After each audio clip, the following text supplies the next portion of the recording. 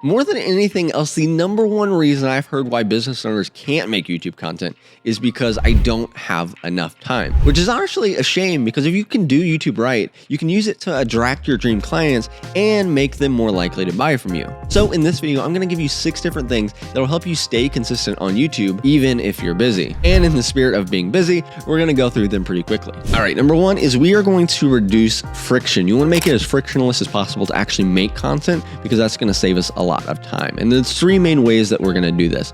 First, it starts with your filming setup because not a lot of people realize how much time and effort it takes every time if you tear down and set up your filming setup. So what you want to do is you want to leave it set up if possible.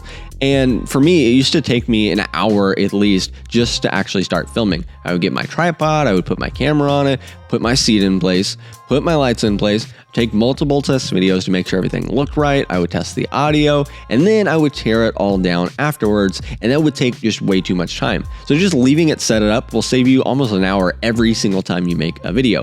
Number 2 is you want to simplify the editing, especially if you're just starting out.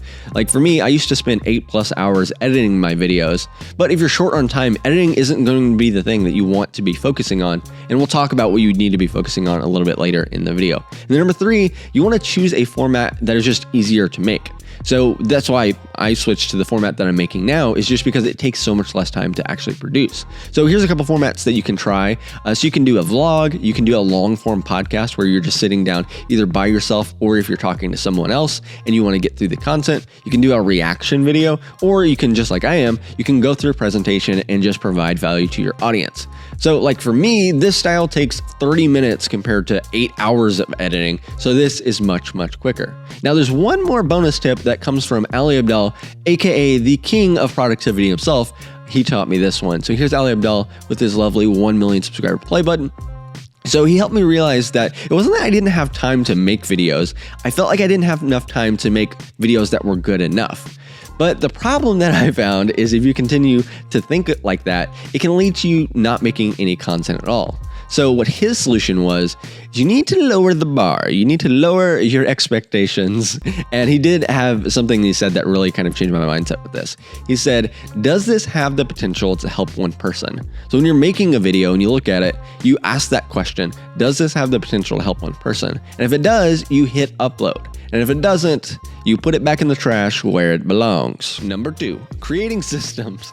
All right, so there's a couple different ways you can create systems to save a whole lot of time. So first is with editing. So I will create or download different presets and templates. A lot of times I'll use Envato elements. I've got things like zooms, text transitions, all the things you kind of see in the intro. If you can make those beforehand and you just reuse them, it speeds up editing a whole lot. And then for titles and thumbnails, I make templates and then reuse them. So here's a look at one of my Photoshop templates. And on the right-hand side, which I might be blocked my face cam just a little bit, basically I take different elements and different assets and I create them beforehand. And then when I'm making a new thumbnail, I just drag those in. So when I'm making that thumbnail, I'm already about 80% of the way done, which speeds up things considerably. The third is you can use kind of fill in the blank scripts. So instead of writing a script word for word, you want to have a system and just kind of fill in the different parts of it. So I have a whole video on this, but here's just a quick look of the different sections that I use for most of my videos. All right, number 3 is use the implementation intention. Now, if you don't know what this is, it's kind of the most effective way to stick to a new habit. So there's a story that there are 2 groups of people that are trying to lose weight and be consistent in the gym. And one of them watches motivational content on being consistent, doing the work, all that kind of thing. And the other group also watched the motivational content, but what really made the difference was they did one other thing. They wrote down when and where they were going to work out. So they're like, okay, Wednesday morning at 8 a.m., I'm going to get my shoes on and I'm going to go to the gym. And they actually wrote that down. So for you, look at your schedule and you want to actually schedule in your content tasks because then it's going to be much more likely that you actually stick with it. So for me, I've been using what's called Motion AI Calendar, which is honestly a little bit overkill. But basically the idea is you take all your tasks, you put them in, you put your deadlines, and then Motion will use AI to schedule them in time slots so you always know what you need to be working on. Number 4, you want to use leverage. So have you ever gone through a day and you felt really, really busy, but then you look back and you're like, I didn't actually accomplish anything? Well, if that's you, then this is how you can overcome it. You can use what's called batching. And basically what that is, it's doing similar tasks back to back. So here's how we're going to help you win on YouTube in only 4 hours per week using batching. So we're going to look at kind of a month and give you a plan for what to do each week. So week 1, you want to come up with ideas for 4 videos. Then in week 2, you want to script the videos using the simple framework that I talk about in my other video. Week 3, you want to film those 4 videos, and week 4, you want to edit those 4 videos. And then if you do that, you have an entire month's worth of content ready to be posted, just doing 1 video a week. And you can start the next week and repeat in the next month, and that's how you can consistently do it without spending a whole lot of time on it. Now, number 5 is you don't want to do it alone. So here's a look at what goes into running a successful YouTube channel. You have to come up with good ideas, you have to create engaging titles and thumbnails for those ideas, you have to script the videos to get people hooked, you have to edit the videos to keep people watching, you have to understand things like lighting, cameras, and audio, you have to repurpose content across different platforms, and you have to study the analytics so you can get better. It's a lot. That is a lot of work, especially if you're doing things like running a business, if you work a 9 to 5, if you have a family, or if you're the ultimate overachiever and you are doing all of the above. And your calendar probably looks something like this. If you feel like that, it's going to be hard to run a successful channel on your own, because successful YouTubers often spend 20 to 40 hours per video, so trying to do that while juggling everything else is going to be virtually impossible. So the question is, what do you do? Well, if you're in the place where you are trying to grow on YouTube and that's a priority for you, you should consider hiring a team to do it. Usually the most labor-intensive task is editing, so at least I would definitely outsource that first. But if you run a business and you want to use YouTube to grow that business, there are services that do all of these things. They do competitor research, come up with video ideas, create titles and thumbnails, write scripts, edit, post the video, create short-form content, study the analytics so you can improve the videos.